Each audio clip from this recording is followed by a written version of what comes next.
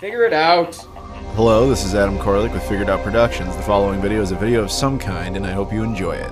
Hey guys, it's Adam here, and happy birthday Sega Dreamcast. It is 18 years old. It's legal now. You can stick new stuff in it.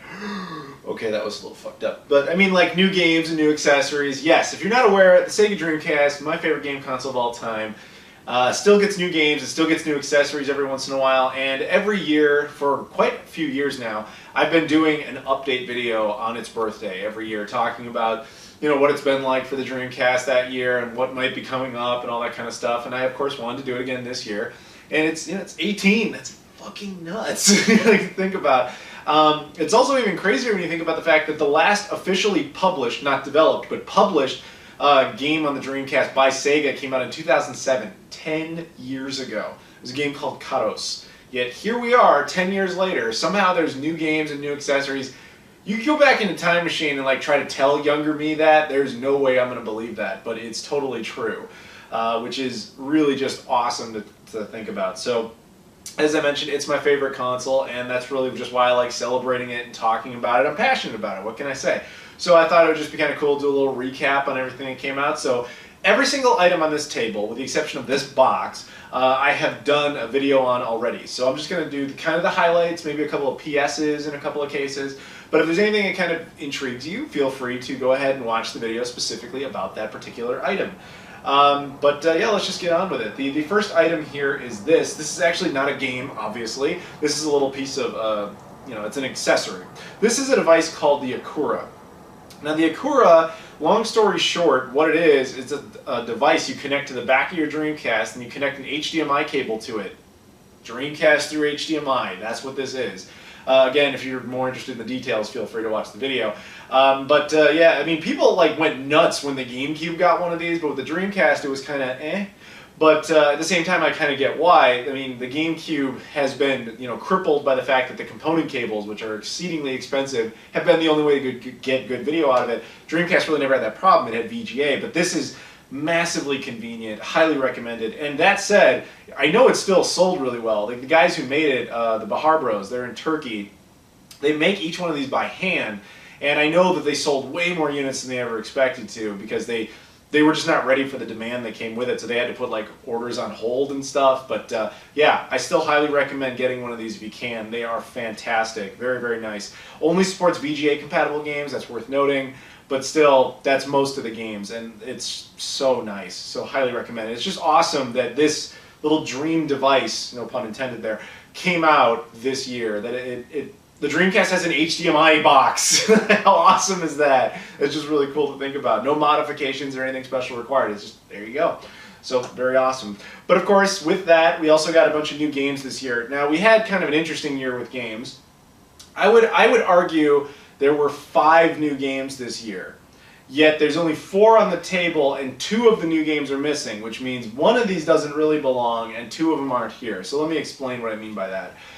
There was a game called Alice Dreams Tournament that came out earlier this year. You might have noticed, if you're a Dreamcast enthusiast, I've never done a video on it. And I did support it and everything. The problem with that particular game was that my copy still has not arrived. And I know they shipped out quite some time ago. I've been talking to the people who run it. They've been very helpful, but I still don't actually have it, so I can't actually do a video on it. Whenever it does show up, I will, of course, do said video. But in the meantime, I'm without. The other one that came out was a game called Hermes. Now that game, at the time I make this video, the date this is originally published, that game came out a week ago, so it's coming from Germany, so it's very unlikely it would have been here by now. But technically it came out in the calendar year for the Dreamcast birthday, since the last birthday was what that means basically. Unfortunately, I don't have it, so I can't do anything about it, but it too will get its own video. But what I can do is show you the ones that are on this table. Now one of them, the reason there's an extra is because one of them is technically a re-release, but we'll talk about that when we get to it. Now, the first game that came out this year, again, calendar year since the last birthday, it's kind of like Hermes in that it barely came out, it just barely missed that deadline. It's this. It's a game called Zia, the Goddesses of Magic. It's an RPG made by ORION, ORION Soft, and one really cool thing about this game from my own personal experience is that I'm actually an NPC in this game. How fucking cool is that? You can actually find me. I'm like hanging out in a tavern. If you go up and talk to me, I just talk about the Dreamcast and I talk about Shenmue and stuff. I'm not really helpful. It's always been my dream, and he fulfilled it for me, to be an NPC in a game, but I'm useless. I don't help you at all. I just ramble about things that are completely irrelevant, and I mostly annoy the main character and potentially the player. Right? Appropriate. So, like, fantasy-wise, if I could be in Shenmue 3, which, God, that would be amazing, right? That would be my dream. I want to be the guy walking around who's not helpful, has no information, maybe even misleads you and has you go in the completely wrong place. That would be cool. But anyway, because of him, I am actually an NPC in a video game on the Dreamcast, no less. So it's really awesome. And it's also, aside from Pure Solar, this is the only RPG the Dreamcast has had since its original collapse, which is amazing. So you basically have 2 RPGs in the last like 15, 16 years. So this is one of them. Highly recommended on that basis. The other game that Orion put out was a game called Escape 2042: The Truth Defenders. I kind of describe this as a puzzle-solving platformer, action-adventure platformer with puzzle-solving elements, perhaps. This was a lot of fun. I really, really enjoyed this. Unfortunately, this will be Orion's final game for the Dreamcast, and potentially final game in general. I was informed not too long ago that Orion has decided he's no longer doing game development. I guess next phase of his life is coming into, I don't know exactly what he's doing, but he's no longer going to be doing games, which is really, really sad. It's a big loss, because that guy, he was making a lot of games for the Dreamcast. I think he pumped out like 5 or 6 of them, which you have to understand in Dreamcast terms is a lot, especially from one guy. And every single one of them was unique. Every single one of them was a new experience, a new genre, and none of them were shoot-em-ups. Not a single one, which was pretty impressive. So the dude gave us a lot of different genres to enjoy on the Dreamcast, and I get the feeling that his work in particular will be more admired by the Dreamcast community as time goes on, because it will stand out as being more original and more unique for that reason. You know, best of luck to you, dude, with whatever life brings you. And thank you for everything you did for the Dreamcast. I want to salute you, and I hope you guys will all salute him too. Thank you to Orion for everything he did. The other thing that he did that was kind of amazing is he always found like little technical quirks for his games that were interesting. Like in the case of both of these, yes, it's a Dreamcast copy. You put it in Dreamcast, it'll work. But as a hidden bonus feature, well, it's not that hidden, it advertises it kind of in the corner. You put this in a PC, you have the PC version of the game as well. That's pretty cool. And on top of that, Escape 2042 is especially unique because he also made this game for the Sega Genesis. But in the Sega Genesis version, he included an extra line of code in the cartridge that could detect if you had the Sega CD. If you had the Sega CD, you could put the Sega Dreamcast version in the Sega CD, and the Sega Genesis would read the Sega Dreamcast version and use the music in the Sega Genesis version. Wrap your head around that one. It's the only game ever to do that. I mean, Pure Solar, the Sega Genesis version, included a music CD that had that concept, but that music CD didn't also play the Dreamcast version of the game. So he kind of did it all in one package, which is really insane and really, really awesome that he did that. So again, seriously, Orion, thank you for all your efforts. Genuinely appreciated by the Dreamcast community. Moving on, though, there is an up-and-coming star in the Dreamcast community now, Josh Prod. Now, I'm not sure, to be honest with you, I'm not sure if Josh Prod is actually just one guy. I know who I talk to at Josh Prod because I'm familiar with a representative. I simply don't know if he's the guy or if it's like a team. I'm not going to lie, I'm not 100% sure. But I know that they're up and coming because a lot of the releases coming up now are by them. But they're kind of unique in that they're not necessarily a developer, they're more of a publisher. They've been going around and finding games that never would have got onto the Dreamcast and putting them on the Dreamcast. Or, in some cases, they're going out and finding games that already existed on the Dreamcast but were in, you know, small runs, particularly independent games, not like stuff originally put out by Sega, of course. Stuff that, you have to understand, the Dreamcast independent scene has been going since 2003. There's a lot of games that have been put out for the Dreamcast in small runs that Josh Prod is looking into re-releasing. So, while he's doing that, he's also finding new games to bring to the Dreamcast one way or another. Now, the first one that he released was this. This is a game called Breakers. Breakers is a very strange release because what Breakers is a fighting game from 1996. Originally released for the Neo Geo CD and Neo Geo AES, it eventually made its way to the Dreamcast in 2017. How did that happen? Well, Josh Prod communicated with the developer of this game, which I believe is a company called Visco.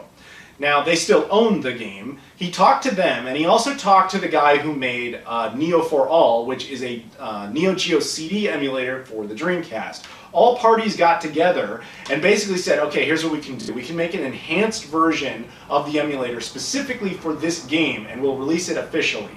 That's what they ended up doing.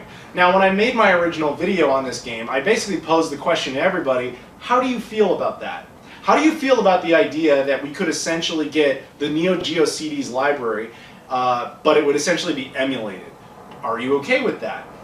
And the general consensus that most people came away with was the same one I came away with, was if you have permission from the developer and you are legitimately enhancing aspects of the game, because there is a pirated version of that emulator out there that will attempt to read any of the Neo Geo CD games, if you can enhance that so it specifically focuses on one game, as they did with Breakers, and again you have permission from the developer, and then you publish that, you don't just publish the pirated disc, I'm okay with it. And a lot of people in the comments were as well. Obviously you have naysayers in both directions. Pirate everything, pirate nothing, or whatever. You have all the extremes. But that was the general consensus. So if you want to support that concept, one thing I've been saying for a long time is the Dreamcast really needs more fighting games. And because of this method, we now have a new one, and we could potentially have many more. The Neo Geo CD library is ripe for the picking, and it's possible that we could bring a bunch of those over, especially the other ones that Visco made. There's another Breakers game on there as well. So there's a relationship there. That's a good place to start. We'll see if that happens. But moving on from that, Josh Prod is also, as I mentioned before, working with re-releases, but different re-releases. So right here we have a game called Rush Rush Rally Reloaded. This one is and isn't a new game. That's why I didn't count it as one of the 5 new releases, yet here it is as the bonus. The reason it's not a real just re-release is what happened in this case is this game was made by a development team called Senile Team. I believe it was released back in 2009. And at the time it was well received and it was published by a company called Red Spot Games. Later, Senile Team would complete the game with new features and some bug fixes and stuff like that and put it onto the Nintendo Wii. Josh Prod basically approached them and said, I want to bring the Wii version to the Dreamcast. And that's exactly what they did. So this has all the updates and everything, I mean, minus any potential motion controls. I don't know if the Wii version had motion controls, but minus that, it has basically all the features the Wii version had. So that's really, really cool. And I know he's been approaching that concept with a few other independent games. I believe Alice's Mom's Rescue 1.5 is a thing, or will be a thing. I think there's a couple of others. But I know he's also working on some other concepts, some other things he wants to bring to the Dreamcast as well. So we might be seeing a lot from Josh Prod from the next year or so, which would be really kind of awesome. So as one unfortunately falls, the phoenix rises again in the form of Josh Prod. So thank you to that. Although, again, Josh Prod is not a developer, more of a publisher. So that's cool. Now, we have one other thing here I want to talk about. Last year, when I did this same video, the 17th birthday, that video was kind of brought to you in a way by a company called The Bit Station. They had contacted me and said, hey, we got a bunch of these re-releases of a bunch of indie games. We want to hook you up with them so that you can show people and so you can kind of just celebrate the Dreamcast birthday. And this year they did exactly the same thing. So I'm going to open it up and show you what they sent. So I want to thank BitStation for doing that. They obviously did not have to. And I'm going to put a link in the description to their website where you can buy what's in here as well as most of the games on this table if you're interested. There's also ones they have that are not on this table because they came out at different times of the year. But they're a great way to support the Dreamcast scene as well if that's something you want to do. Which, you know, if you love your Dreamcast, why wouldn't you do that? It's neat to be able to support the Dreamcast in 2017. I just think that's really, really cool. So I want to thank all parties that continue to make that possible, such as the developers and, of course, BitStation here. So what they sent me was their new, they have a new package deal called like the Stormwind pack. The first thing that comes with that is a t-shirt right here. Cool. That's the octopus thing from Stormwind, a game made by Duranic. And on the back, it shows BitStation Apparel, which again, BitStation is the company that put this out. It also included a couple of some cards here. Oh, this is kind of cool. It has a nice little checklist of everything that they sell on the Dreamcast scene. So they've got Cool Herders, Lancer and Falia, Fast Striker, the 2016 reprint, Feet of Fury, Fruity, Gunlord 2016 reprint, Inhabitants, iRide's Master of Blocks, Last Hope Pink Bullets 2016 reprint. All three of those 2016 reprints, Fast Striker, Gunlord, and Last Hope Pink Bullets, are the games they donated last year for me to show you. Moccupy, Sturmwind, which is right here, Wind and Water Puzzle Battles, and Zia, the Goddesses of Magic. So you can get any one of those over there if you want. Nice little card as well. And then there's a nice little sticker, I Am Gaming Inverted, thebitstation.com, or thebitstationgames.com. And then, of course, finally, the pièce de résistance, the game itself.